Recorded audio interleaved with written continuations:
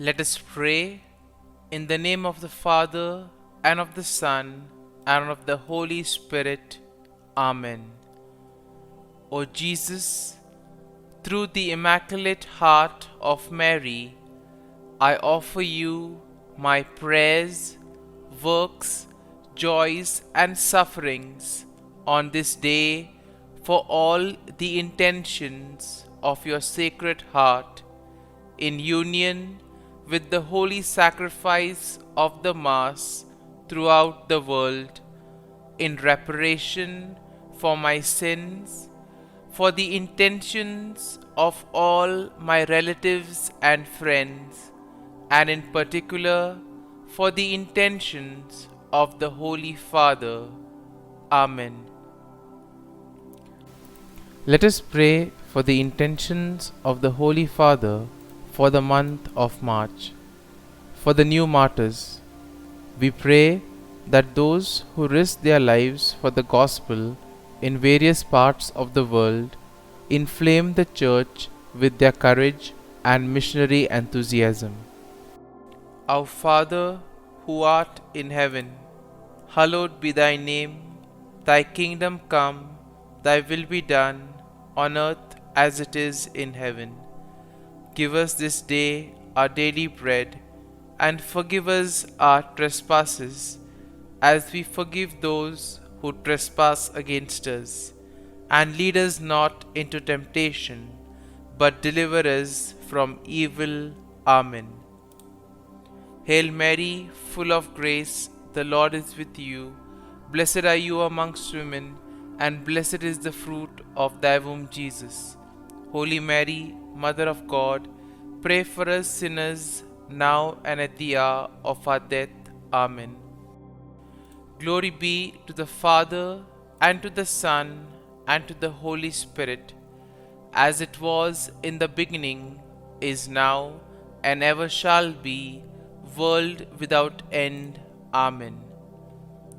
My dear friends, as we spend this time with the Lord, as we begin a new day, let us ask the Lord to give us all the graces that we may require for this day. Today may be a day where we may have to face a lot of challenges. There may be some unfinished work which needs to be completed. And for all this, we need the grace of the Lord. We need strength. We need confidence.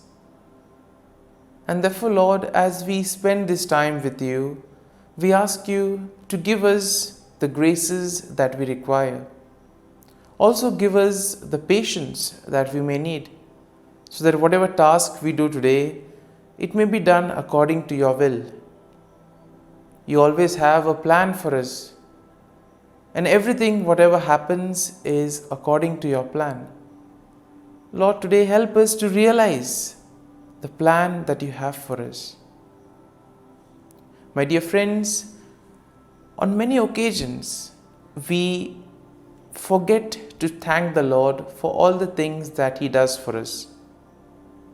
Sometimes it could be because we are caught up with our activities because of our busy schedule. On other occasions, it could be because we do not recognize the Lord working in our lives through these activities.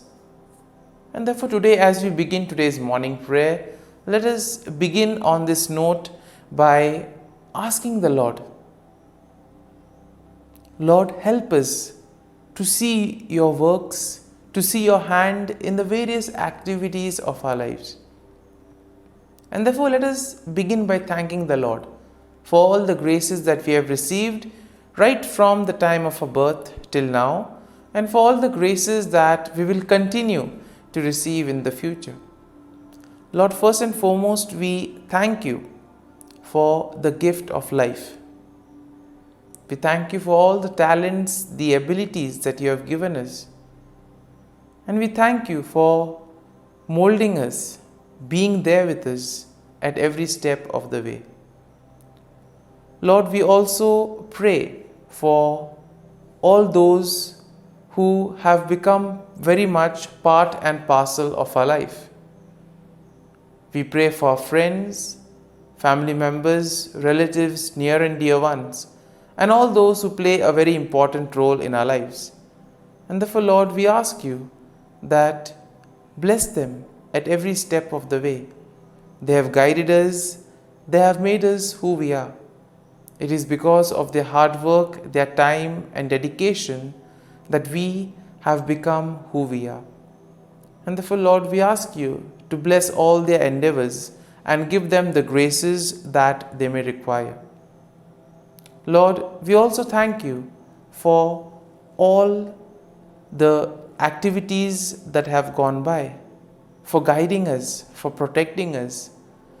Most importantly, we thank you for the gift of this day, a day that may have its challenges. And therefore, Lord, we ask you to be with us, to guide us, and to protect us. Lord, we also ask you that you be with us at every step of the way. Lord, we thank you for giving us the experiences in life. There may have been many experiences which may have been good, which we may want to cherish. But there may also be those experiences which may be very hard. But these experiences have taught us a lot in life. Therefore, Lord, we thank you for these good and not so good experiences. Lord, we thank you for every opportunity that you have given us to make use of our talents, to make use of our gifts, not only for ourselves but also for the betterment of others.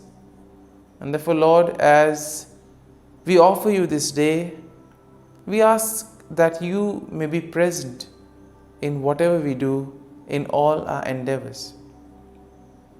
And my dear friends, let us now close our eyes at this moment and let us praise the Lord for giving us the gift of another day.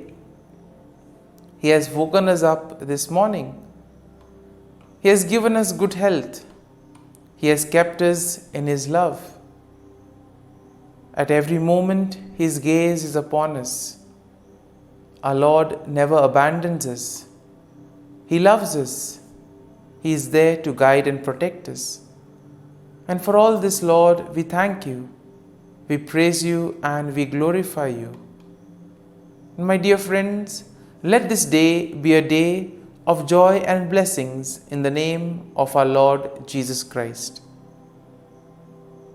My dear friends, today we shall reflect on Psalm 61. And as usual, we shall have a general overview of the psalm, and then we shall go into the details of the psalm.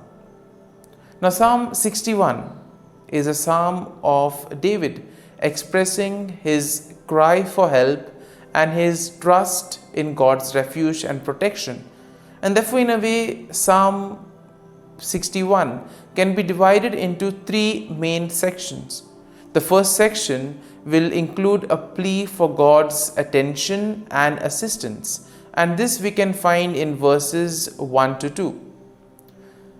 Now, in verses 3 to 4, we will find a declaration of trust in God's shelter and faithfulness.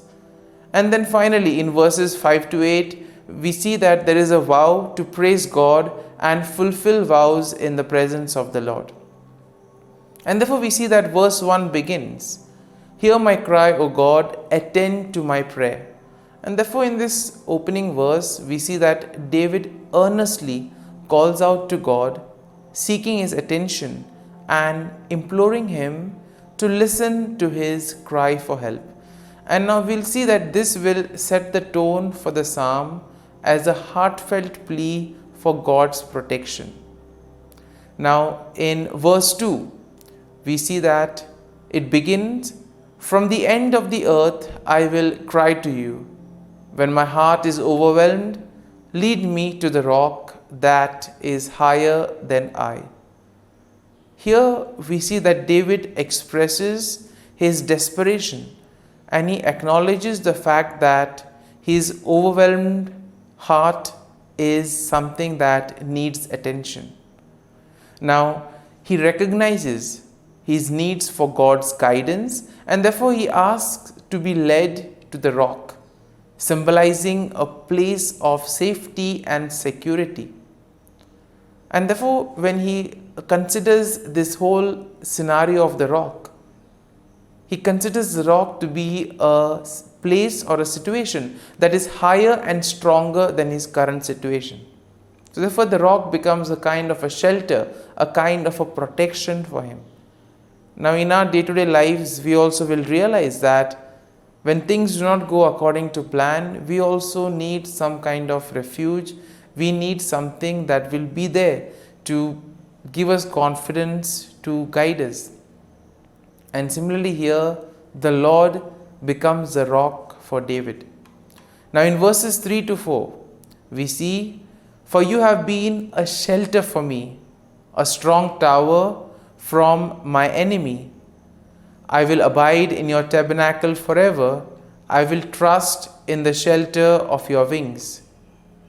And we see that here David reflects on his past experience of finding refuge and protection in God.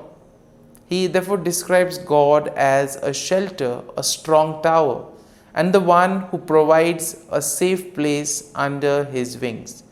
Now David affirms his commitment to dwell in God's presence forever and to place his trust in his protective care. Now in verses 5 to 6, we see, "For you, O God, have heard my vows. You have given me the heritage of those who fear your name. You will prolong the king's life, his years as many generations." And here David expresses his gratitude and his confidence in God's faithfulness.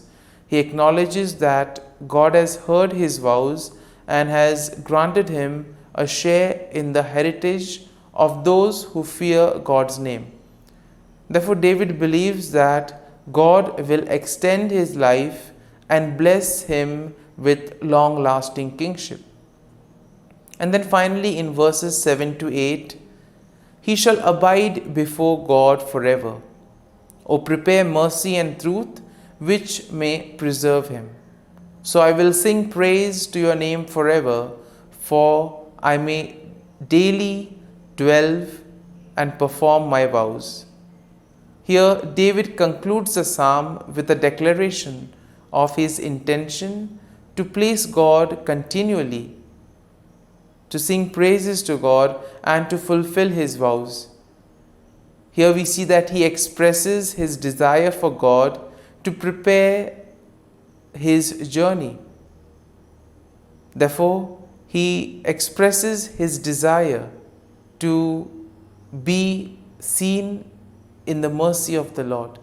And therefore here he emphasizes on the qualities of the Lord, that the Lord is merciful, that the Lord is kind. And therefore he calls upon the Lord to be there, to sustain him, to help him in these moments of trials. And therefore, my dear friends, overall we see that Psalm 61 showcases David's heartfelt cry for God's help and his unwavering trust in God's refuge and faithfulness. It highlights a theme of seeking shelter and protection in God, especially during moments of distress.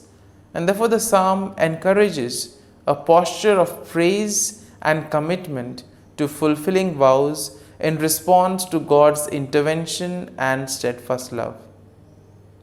And therefore, my dear friends, having reflected on this psalm, let us spend a few moments in silence. Let us allow the psalm to take root in us, so that whatever we may have gained, it may be a verse or a thought that touched us, that may have got our attention.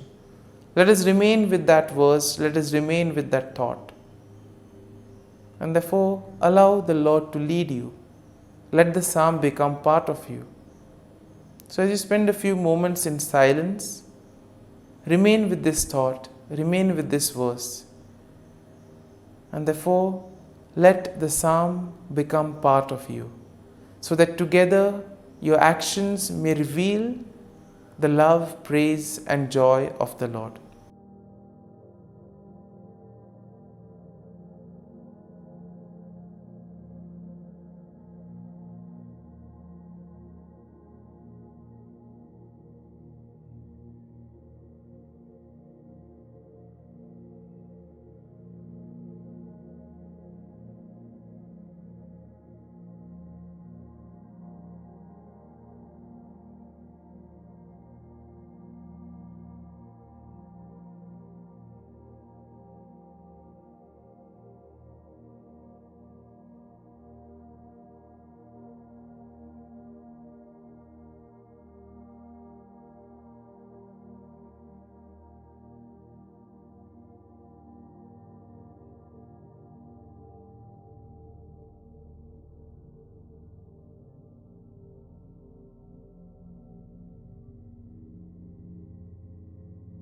Prayer to Saint Michael the Archangel for protection.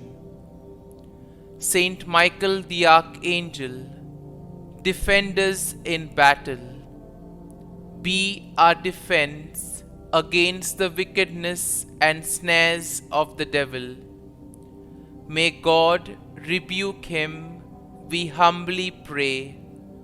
And do thou, O Prince of the heavenly hosts, by the power of God, thrust into hell Satan and all the evil spirits who prowl about the world, seeking the ruin of souls. Amen. Act of Adoration.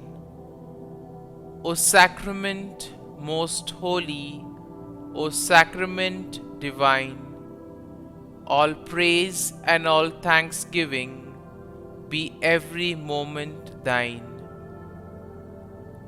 Saint Gertrude Prayer for souls in purgatory. Eternal Father, I offer Thee the most precious blood of Thy divine Son, Jesus, in union with the masses said throughout the world today, for all the holy souls in purgatory, for sinners everywhere, for sinners in the universal church, those in my own home and within my family. Amen.